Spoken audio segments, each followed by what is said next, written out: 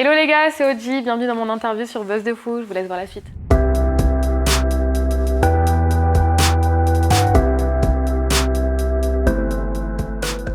Salut à tous, bienvenue sur Buzz de Fou, j'espère que vous allez bien. Nouvelle interview aujourd'hui, vous la connaissez sur TikTok, vous la connaissez sur Instagram, vous la connaissez aujourd'hui, chanteuse le 8 juin. Elle vient de sortir son tout nouveau single, J'ai encore rêvé de toi. Oji, comment ça va? Ça va très bien et toi? Eh ben merci beaucoup de nous recevoir ici dans tes studios. Hein. Ils sont beaux. Ouais, c'est super beau. Alors avant de parler bien sûr de ce nouveau single, on va parler de toute ta vie, de ton parcours, etc. J'aimerais d'abord savoir un petit peu quel genre de jeunesse tu as eu toi? Alors, on peut mouvementer, je dirais. Ouais. Non, en réalité, j'ai été baignée dans la musique assez tôt. C'est un truc qui m'a beaucoup aidée, je pense, à surmonter quelques étapes un peu difficiles, etc. Et j'ai touché à tout type de milieu artistique. J'étais intéressée, très curieuse de tout. Donc, on va dire une enfance qui a été très artistique. Dès ton enfance, tu sentais déjà que tu avais cette fibre un petit peu de chanteuse? Ouais, je pense que la musique, en tout cas, chanter, le fait de chanter, ça a commencé à 4-5 ans, je crois, à peu près. Comment s'est passé un petit peu plus tôt ta période, se passe encore même, ta période scolaire? Alors, ma période scolaire, là, je suis au CNED, c'est ma dernière année de lycée que je fais, du coup, pour ceux qui ne savent pas, le CNED, c'est l'école à la maison en distance. Donc, au final, ça n'a pas beaucoup changé des autres élèves avec le Covid. Cette année, ça a été un peu pareil. Et ça a été vachement compliqué. Pour moi, c'est pas une période de ma vie qui a été très positive, en tout cas. Mais la roue a tourné, c'est ce que je me dis. Et en vérité, le lycée, ça s'est un petit peu amélioré. Et les réseaux ont débarqué quand j'étais en première ou en seconde, quelque chose comme ça. Donc ça m'a beaucoup aidé à remonter un petit peu la pente. Et aujourd'hui, pouvoir gagner ma vie, pouvoir faire plein de projets, réaliser plein de grands rêves, quoi. Justement, les réseaux, ça t'a plutôt aidé, on va dire, dans ces passages difficiles que tu as eu dans ta période scolaire? Moi, je trouve que oui, et je sais que j'ai beaucoup d'amis influenceurs qui, eux, en tout cas, j'ai l'impression qu'on a tous une histoire un petit peu comme ça, et que les réseaux, en tout cas, c'est un échappatoire qui est assez courant, je trouve, chez les jeunes quand on subit du harcèlement, quand on subit, je sais pas, un divorce, des parents, etc., plein de choses comme ça. Je trouve que les réseaux, c'est un bon échappatoire. Après, il faut savoir bien l'utiliser pour que ce soit positif, mais moi, en tout cas, ça a été très positif pour moi. Et c'est pas un peu différent, justement, quand on réussit sur les réseaux comme ça, quand on est au lycée? Je pense que tu dois avoir des amis, mais c'est difficile de te faire des amis, c'est difficile d'avoir des personnes en qui tu peux faire confiance? C'est ça, oui, mais c'est d'autant plus difficile d'avoir des amis de confiance aussi dans les réseaux. Donc en fait, les deux sont, je sais pas, c'est compliqué. Le problème, c'est que ça attire beaucoup la jalousie parce que c'est quand on gagne de l'argent, de toute façon, quand on a un métier qui est exposé, qu'on est affiché partout, forcément ça attise la jalousie. Donc c'est un petit peu compliqué. Moi aujourd'hui, je pense que dans mes amis hors réseau, il doit m'en rester 3-4. Grand max, vraiment grand max. Et des amis que je pourrais compter dans les réseaux, des vrais amis sur qui je peux compter, pareil 3-4. Et t'as déjà connu une mauvaise expérience justement avec un ami qui t'a trahi pendant cette période un petit peu médiatique? Je sais pas si c'est trahi ou pas, c'est juste des gens qui s'intéressaient pas trop à ma vie ou vraiment qui ne calculaient pas du tout et qui tout d'un coup sont super intéressés, super curieux de ce que tu fais. Ils veulent te voir, ils veulent, je sais pas, ils te proposent un café alors qu'en 5 ans ils t'en ont jamais proposé, tu vois. Donc c'est plus de l'hypocrisie, mais à petite dose. On n'a pas non plus fait des sales coups parce que moi je me suis éloignée de tout le monde justement pour éviter ce genre de situation. Alors on te connaît dans tes débuts dans The Voice Kids. Comment ça s'est fait ça? The Voice de base avec maman, on voulait m'inscrire, je crois. Moi j'en rêvais depuis que je suis toute petite, je pense. Et je voulais vraiment m'inscrire. On m'a inscrit une première fois, c'est pas passé. Ils m'ont contacté l'année d'après. J'ai fait les castings, c'est pas passé. Ils m'ont recontacté l'année d'après et là c'est passé. Ouais, j'ai vu que tu avais déjà postulé 6 ans avant. Oui, la première fois c'était très très longtemps avant. Ils m'ont contacté un petit peu après, une première fois, et après juste l'année d'après ils m'ont contacté, c'est passé tout de suite. Et comment t'as vécu cette expérience alors? C'est particulier, c'est un milieu que je connaissais pas. Là, juste avoir des caméras comme ça braquées sur toi pendant toute une journée, c'est très spécial et c'était super stressant quand c'est une première expérience avec la télévision, etc. Mais par rapport aux coachs qu'on a, parce qu'on a des super coachs vocaux derrière, en dehors de nos coachs, les célébrités en tout cas, mais on a des vrais coachs vocaux derrière. Et ça m'a apporté vraiment énormément d'expérience pour gérer le track sur la scène, pour gérer ma voix quand je suis stressée, quand je suis malade, etc. Parce que j'étais tout le temps malade à chaque fois, ça me tombe toujours le jour où j'avais un tournage. Et donc ça m'a beaucoup apporté en expérience, je pense vocalement. Et après, c'est pas ça qui m'a fait spécialement démarrer sur les réseaux, mais c'est quand même je peux m'appuyer là-dessus pour prouver que je fais de la musique depuis un petit moment quand même. Et ça t'a aussi apporté une très belle rencontre. Je pense à Cyril Clamart. Alors pour les gens qui ne le connaissent pas, qui c'est et qu'est-ce que lui t'a apporté dans ta vie? Cyril, du coup, c'est mon producteur, qui détient 47, mon label. Et je l'ai rencontré un petit peu avant The Voice et on a eu cette petite hésitation de se dire est-ce qu'on fait pas, est-ce qu'on sort des trucs avant, est-ce qu'on attend The Voice, on sort après. Et au final, j'ai quand même fait l'expérience et nous, on a eu du coup tout ce temps, parce que vu que c'est tourné à l'avance, on a eu tout ce temps, un an et demi, pour pouvoir préparer plein de trucs et les réseaux ont débarqué d'un coup en plein milieu, donc on a tout accéléré, on a sorti plein de belles choses depuis. Mais non, c'est une rencontre qui aujourd'hui fait que je peux faire de la musique et que je m'épanouis dans ce que je veux faire. Ah, vous sortez quelques temps après du coup Trickshot, ton premier single. Comment justement ça s'est fait ça?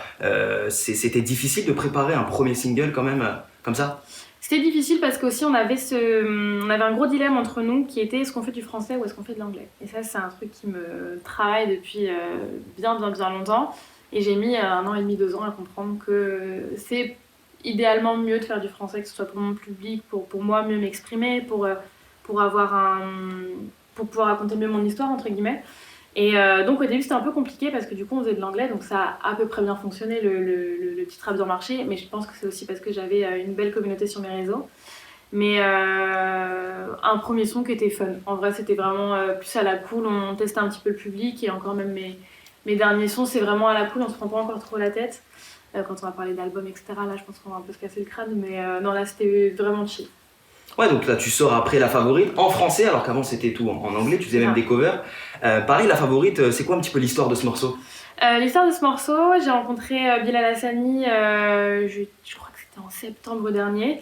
Et du coup, on est tous les deux dans la musique, donc forcément, les conversations tournaient beaucoup autour de ça. Et il m'a fait rencontrer Mathieu Mendes, avec qui il travaille, avec qui il a fait la plupart de ses sons à lui, en tout cas. Qui a collaboré aussi avec Matt Pokora, j'ai vu. Exactement, il a travaillé avec les plus grands, Mathieu. Et il me dit, bah écoute, va faire une séance de studio avec lui, tu vas voir. Et à ce moment-là, j'étais très bloquée dans je veux faire de l'anglais. Je vais faire de l'anglais, j'ai envie, je vais le faire. Et avec Mathieu, on commence à travailler sur une petite base de guitare, etc. Ça vient. Et quand j'ai commencé à écrire, en fait, c'est venu en français, automatiquement. Et le résultat m'a vachement plu et ça m'a fait un déclic et je me suis dit, ok, je peux faire du français, en fait, j'en suis capable. Mais qu'est-ce que tu préfères justement? Plus l'anglais, plus le français? C'est difficile? C'est super difficile parce que moi en anglais c'est un genre particulier qui me plaît, je suis dans le R&B, le soul, etc. J'essaie de le ramener un petit peu en français mais par petites touches, du coup c'est vraiment très discret, on est plus dans de la pop variété de mon côté en français. J'aime les deux. Maintenant je peux dire que j'aime les deux, mais du coup je pense que l'anglais on va le garder pour des covers ou des choses comme ça, ou quand j'aurai un public peut-être un peu plus large, etc. On pourra se permettre de faire un petit peu des choses... on va dire hors normes, enfin des trucs qu'on n'a pas l'habitude d'entendre, etc. Mais je m'épanouis en français comme en anglais maintenant, donc c'est plus un problème. Et les gens te connaissent aussi donc sur TikTok. Alors comment t'es arrivé un petit peu sur TikTok, raconte-moi? Pendant le confinement, je m'ennuyais beaucoup, je pense, comme tout le monde, et tout le monde a débarqué sur l'application, donc c'est là qu'il y a eu beaucoup de créateurs qui ont émergé, je pense. J'ai fait de la couture, de la cuisine, des danses, je faisais un petit peu de tout, j'avoue que je me suis pas pris la tête au début, j'étais pas très axée musique en plus bizarrement, c'est venu un petit peu après et ça a fonctionné. On va savoir pourquoi, de toute façon l'algorithme TikTok c'est un mystère pour tout le monde je crois. Tu te souviens de la première vidéo qui a explosé en vue? Tu t'attendais peut-être pas? Ouais. J'avais fait une vidéo où en gros je me baladais dans mon garage et parce que j'étais chez mes grands-parents pendant le confinement, ma grand-mère m'avait dit qu'elle avait une grosse valise qui datait d'il y a 20 ans avec plein de vieilles fringues à elle, etc. Elle me dit fouille dans le garage, tu trouveras. Bref, je montre que je trouve pas. À la fin de la vidéo, je trouve une valise et je dis que dans la prochaine vidéo, je l'ouvrirai. Et là, mon compteur d'abonnement, il a commencé à exploser, les vues ont commencé à exploser, j'ai fait 1 million en une semaine, quelque chose comme ça. Moi, c'était énorme. Aujourd'hui, c'est pas non plus un truc qui me choque de faire 1 million de vues, mais là, c'est sur le coup, je me suis dit, mais il se passe quoi là? En fait, les gens attendaient la suite de la vidéo. J'ai fait la suite et j'ai commencé à customiser les fameux vêtements de cette valise. Et ça a pété d'un coup. Pareil, 1,6 million d'abonnés aujourd'hui sur TikTok. Tu t'attendais aussi à un tel engouement sur TikTok? C'est quand même beaucoup, 1,6 million. C'est vrai qu'avant je regardais mes influenceurs préférés qui avaient des millions d'abonnés, etc. Moi je me disais mais comment tu construis une communauté aussi grande, aussi investie, etc. Et un jour ça te tombe sur la tête en 1 an, parce que du coup ça va faire 1 an que je suis dessus. Et avoir plus d'1 million d'abonnés en 1 an, c'est... Non, jamais de la vie. Quand j'ai vu que ça commençait à marcher, je me suis dit vas-y, c'est cool, tu vas peut-être pouvoir faire des petits projets sympas, etc. Ça a été des pour ta musique. Et en final, le truc a explosé, mais 1000 fois plus, quoi. Et tu intègres du coup la French House quelques temps après. C'est ça. Comment ça s'est fait justement? Comment tu as réussi à t'immiscer un petit peu dans ce groupe C'était un groupe d'influenceurs que je les connaissais pas tous. Je connaissais à ce moment-là Lenny et Alex. Et ils avaient organisé un concours pour venir passer une journée avec eux. Franchement, ils avaient l'air trop bon délire et tout. Je me suis dit, vas-y, fais-le. Et je m'étais vachement donnée dans cette vidéo. Du coup, ils m'avaient pris et on fait une première journée ensemble. Et vu que j'avais déjà, je crois, 200 000 abonnés, quelque chose comme ça, je crois que j'avais 200 000. Et ils se sont dit, mais en fait, c'est peut-être un bon profil pour pas qu'une abonnée qui gagne un concours, mais aussi pour autre chose. Et du coup, on en discute. Et je suis revenue à la Villa Alésia quelques semaines après, mais en tant que membre du groupe en tout cas. Puis après, ça a duré quelques mois et j'ai pris mon envol un peu plus tard. Ouais, pourquoi tu te sentais plus à l'aise avec eux? C'est un projet qui m'a apporté énormément, on s'est tous poussés les uns et les autres vers le haut. C'est vraiment un projet c'est un projet sur lequel je cracherai jamais parce que ça m'a beaucoup apporté.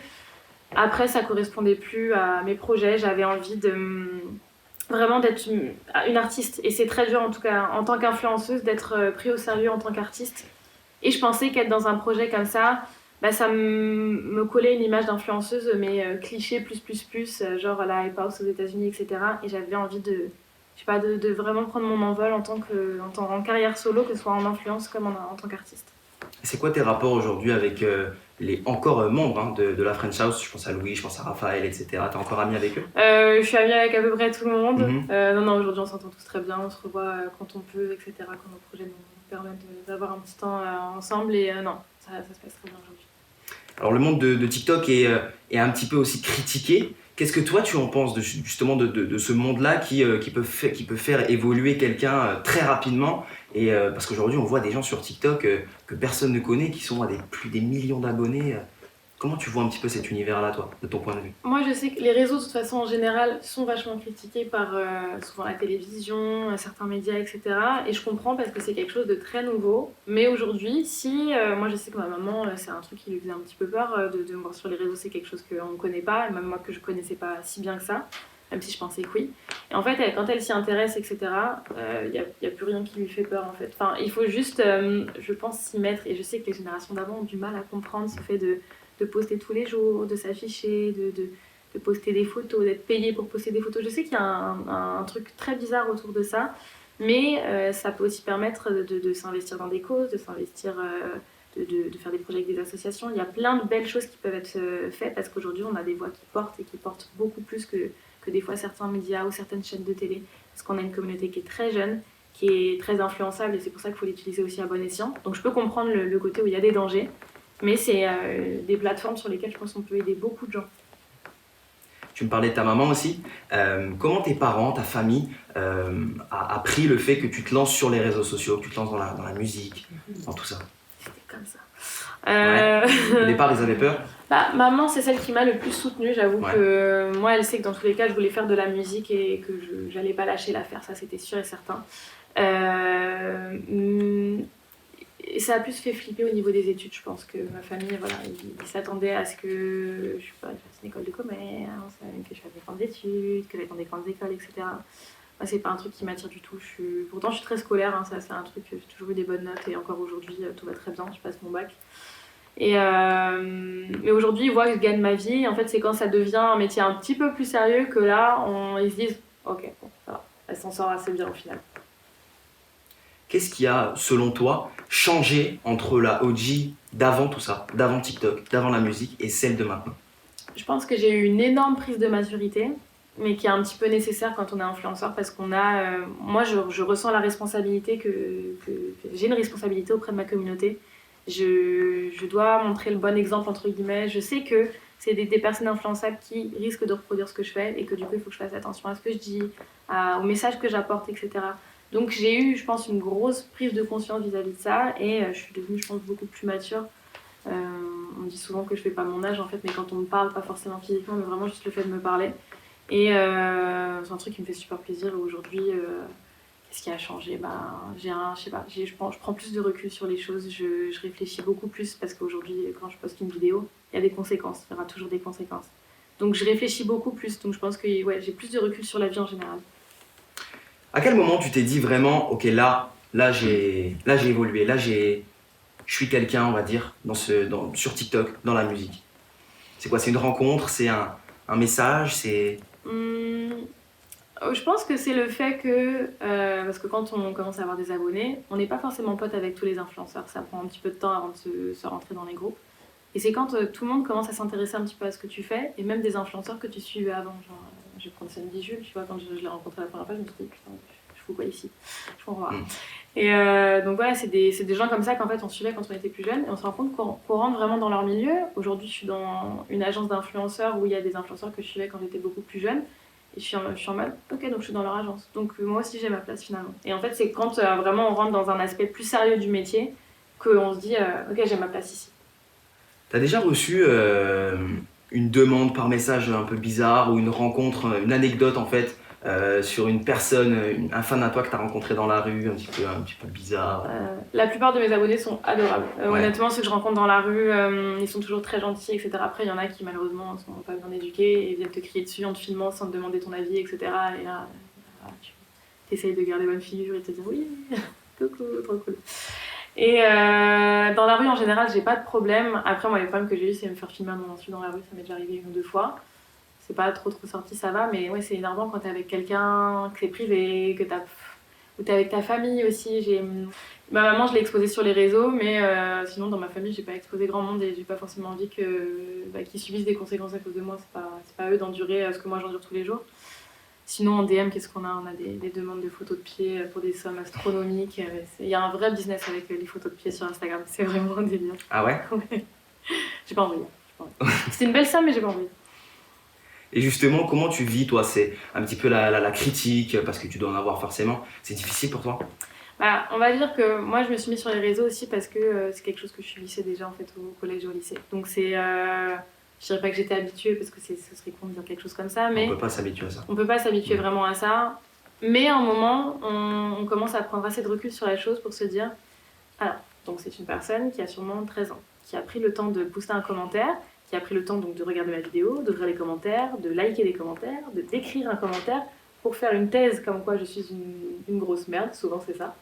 Et après elle va revenir, elle va répondre à d'autres gens, etc. En fait c'est des gens que je me dis s'ils ont du temps à perdre là-dedans, j'ai pas besoin de m'attarder là-dessus. Je suis bien loin de tout ça en fait. Et au début c'était un petit peu difficile parce qu'on se dit mais je comprends pas, j'ai juste fait une vidéo, j'ai fait de la couture, pourquoi je me prends des insultes quoi. Et au final, tu comprends qu'on peut pas plaire à tout le monde et que les réseaux ont banalisé aussi la haine gratuite comme ça. Il faut le dire, surtout TikTok. Moi, je trouve que c'est devenu complètement normal de donner son avis partout. Aujourd'hui, ils vont sortir liberté d'expression. C'est leur expression favorite. Mais j'ai le droit de m'exprimer quand je veux.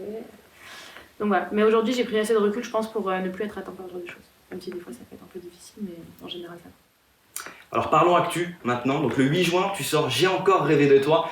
Désolé, ma première question c'est est-ce que tu parles de la même personne que dans la favorite ou pas? Oh mon dieu. Tu sais quoi, je peux même pas répondre. Je peux même pas répondre. Je peux même pas répondre. Mais je parle de quelqu'un en tout cas, qui est pareil qui a compté pour toi. Ouais, mais que j'ai écrit il y a un petit moment. Donc en fait, les gens essayent toujours par rapport à mes relations actuelles qui sont exposées, ils essayent toujours de faire le lien. Sauf qu'en fait, il y a tellement un décalage entre le moment où je l'écris et le moment où ça sort que personne ne pourrait comprendre en fait de qui je parle. Donc au final, personne ne trouve. Ça, je sais que personne ne trouve. Peut-être que si. Peut-être que si, mais alors il faudrait vraiment fouiller là. Et c'est quoi l'histoire de ce morceau alors? Comment tu l'as écrit? Avec qui? Comment ça s'est passé?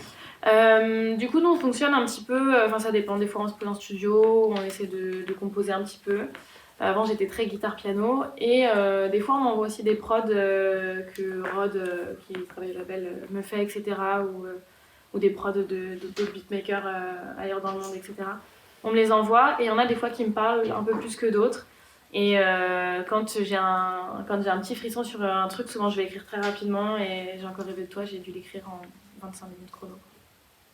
Ok. Quand ça vient, ça vient. Quand l'inspi est là, ça vient. Okay. Et tu sens une petite différence, une petite évolution entre justement la favorite et J'ai encore rêvé de toi? Ouais, pour moi, je pense que c'est un son déjà où je montre un petit peu plus mes faiblesses. Et en soi, le message dans les deux chansons, elles sont un peu pareilles. C'est vraiment... il y a ce côté un petit peu rupture ou ce côté un petit peu... Il y a quelques regrets. Sauf que dans la favorite, j'étais plus en mode mais je m'en fous. De toute façon, c'est moi ta meuf préférée, je m'en fous. Et tandis que dans J'ai encore rêvé de toi, c'est vraiment le côté moi aussi j'ai des sentiments.